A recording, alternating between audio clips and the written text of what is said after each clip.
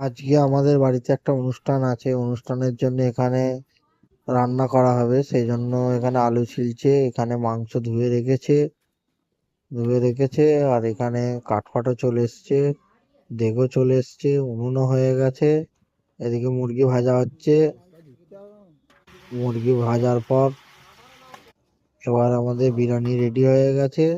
বিরিয়ানির আইটেম ছিল, বিরিয়ানি রেডি হয়ে গেছে। বন্ধুরা, বিরিয়ানিটা কেমন হয়েছে অবশ্যই কমেন্ট করে বলবেন। দেখুন বন্ধুরা, বিরিয়ানিটা তো খেয়ে দেখছি হেভি হয়েছে, আর একদম খুব জুসি হয়েছে। দেখুন তুলছে ডেক থেকে, কত সুন্দর লাগছে। কে কে বিরিয়ানি খেতে ভালোবাসো অবশ্যই বন্ধুরা কমেন্ট করে জানাবেন।